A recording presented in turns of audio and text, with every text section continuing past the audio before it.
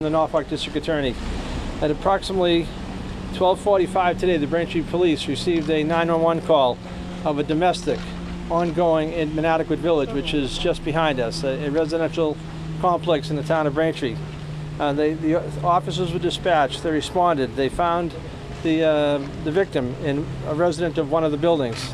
She indicated to them what had happened and that the suspect, who was known to her, the information was conveyed to the police at that time, had fled out of the building into a wooded area that is to our left. The police were notified. They set up a perimeter. 3 police officers, including one of the Braintree dog officers, then went into the wooded area in search of the suspect.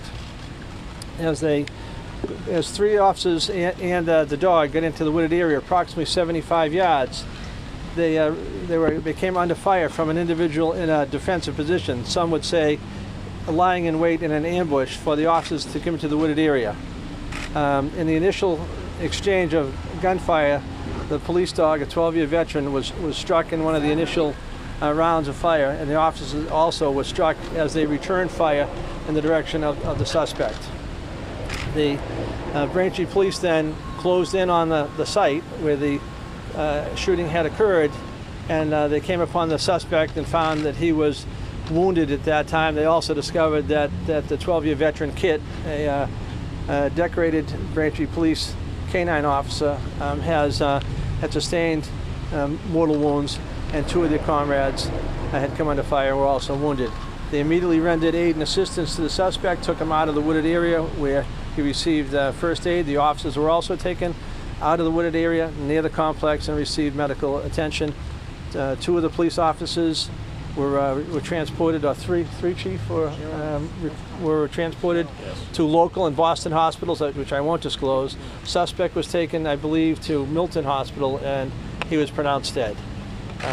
And the suspect, I will just say, well, we're not going to give his name out because we've not done any notifications. He's in his mid-30s. His last known address was in the Brockton area. He has multiple addresses, and he appears to be well known to police. There was warrants out for his arrest at the time of the shooting. And really, that's all I have to say, except that I know the Braintree police officer. I was fortunate enough to be the state senator here and work with the mayor and the council.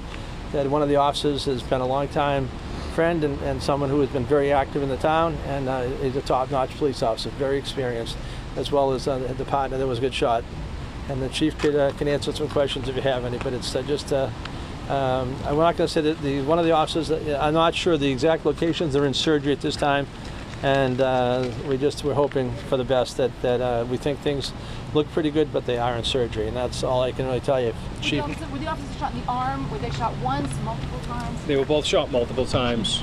I don't have the specific location or how many times they were shot, but both had multiple gunshot wounds. Would you say they're non-life-threatening injuries?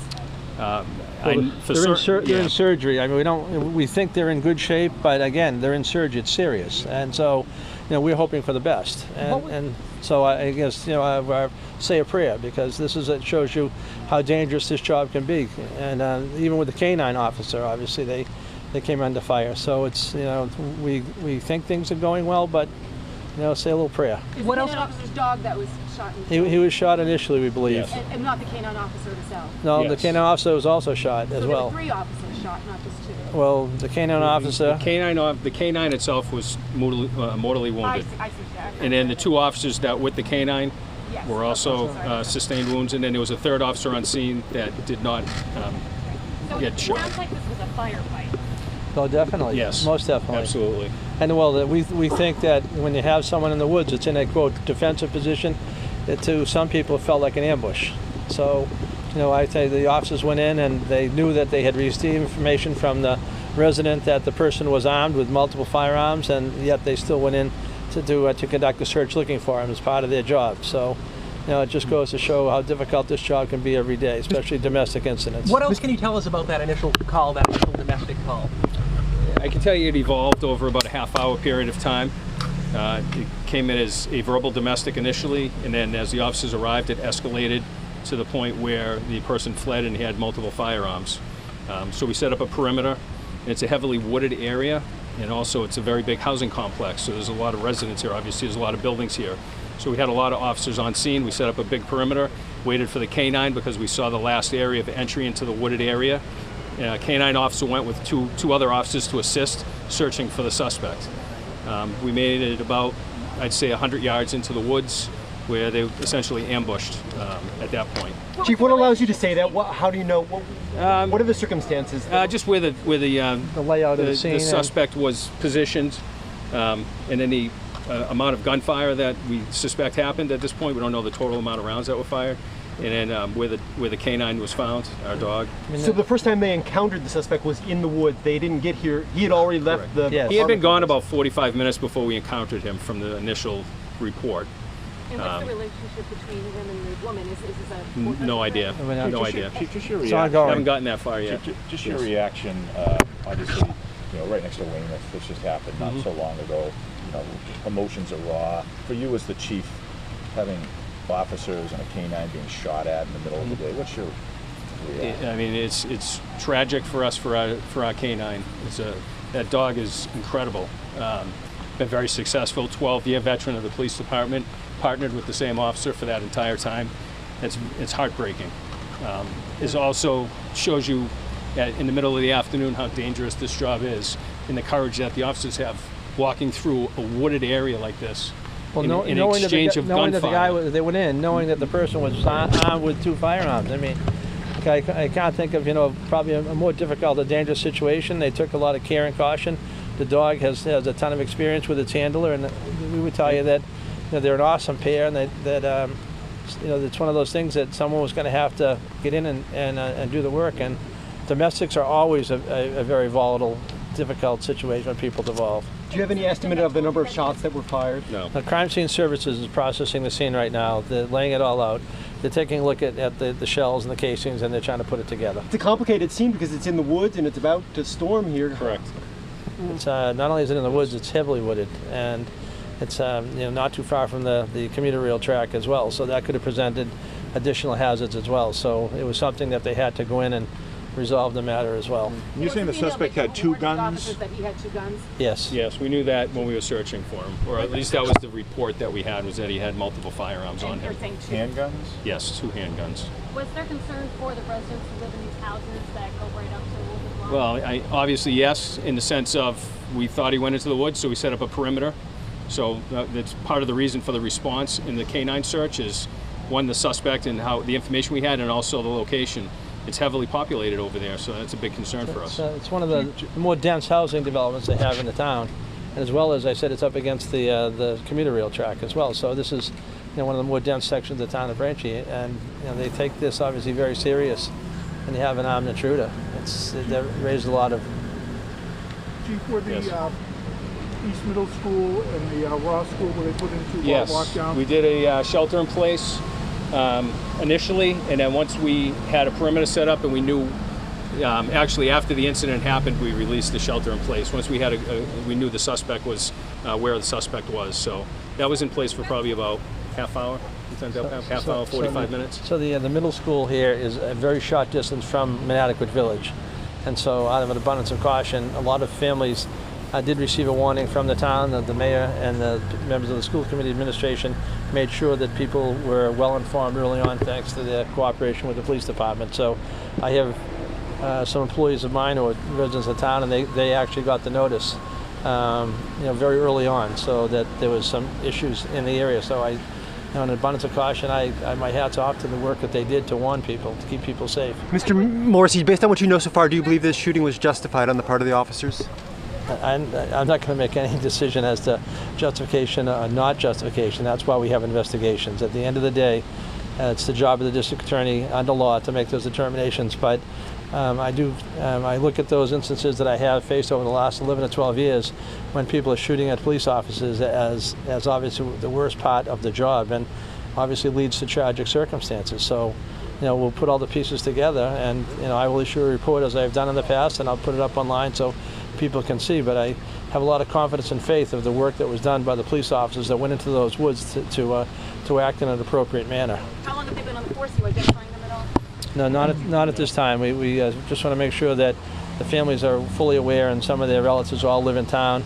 I've known one of them for many, many years, and the other one, maybe half a dozen or so more. But The other They're one? very experienced officers. One is about 6 years on, the other one's well over 10.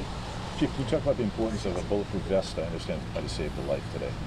Yeah, they're critical, obviously. They're standard issue. Everybody wears them, and this hopefully did save.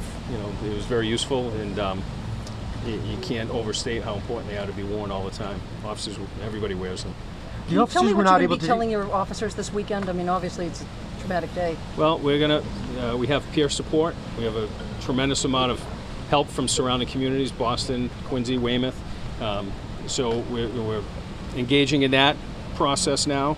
There's a lot of debriefing that goes on in peer support. There's a lot of officers were involved in this from start to finish. And, when one of our own gets injured like this, it's very personal, obviously. So we take it very seriously, and we're there for them. So it's going to be a process. It's not going to happen over the weekend, I can tell you that. It's a long, drawn-out process for us to give them the support they need. Chief, can you tell us how the wounded officers were brought out of the woods? We understand fellow officers carried them out. How were they moved? Yes, they did. I really don't want to get into that, though, to be honest But with you. they had to arrive on scene after the fact.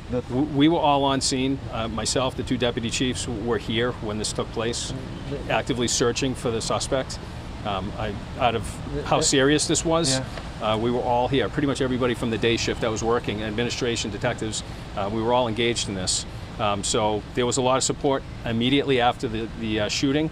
There were multiple officers there within minutes, and that carried the officers out. How far did they have to be carried? About 100 yards into the woods. So it's pretty thick, though. It's it wasn't easy.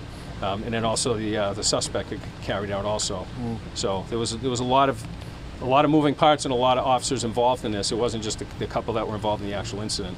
Were these officers wearing body cams? No, they weren't. Chief, the police department is like your second family, and the officers are like your children, Yeah. in a way, family. What's that like to get that call over the radio, guys screaming, officers down? It's the initial response is we deal with the incident, and over the weekend and next week, that's when we'll decompress, and that's what peer support's for.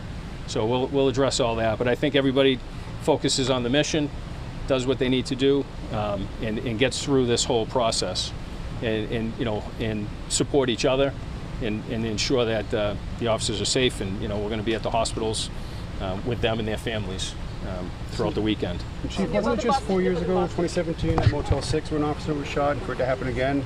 Yes. I mean, what goes through your mind that people are shooting officers in such a short time? It seems to be far more common than it should be, and it seems to be far more often.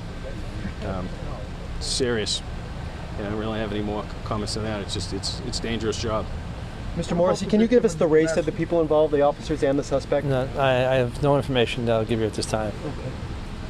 Are both officers in Boston hospitals, or one is in South Shore? One's at a local hospital and one's in a Boston hospital.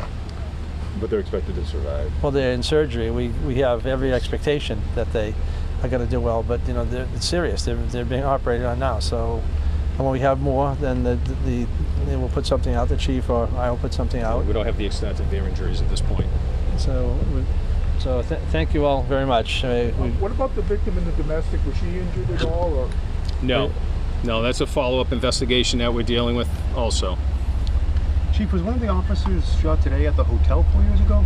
We have no comment on that time, but I'll just say that the Braintree Police are a pretty hardy, well-experienced group of people, and a lot of the members of the department that were involved in that incident were actually here today, performing the jobs they do every day in this town. But you can't say if one of the officers who was shot was the It's same not one? at this time. And was he threatening the woman in any way, or did she describe them? I don't know. That's still under investigation as far as what happened before we responded here initially. She made the 911 call? Yes. She was not injured. I don't know. Again, I don't it know. was serious enough for Braintree to respond to a 911 call, and then obviously to be alarmed enough that the person had 2 firearms to go into the woods. So it's a very serious call with serious consequences. Thank you all. Thank you.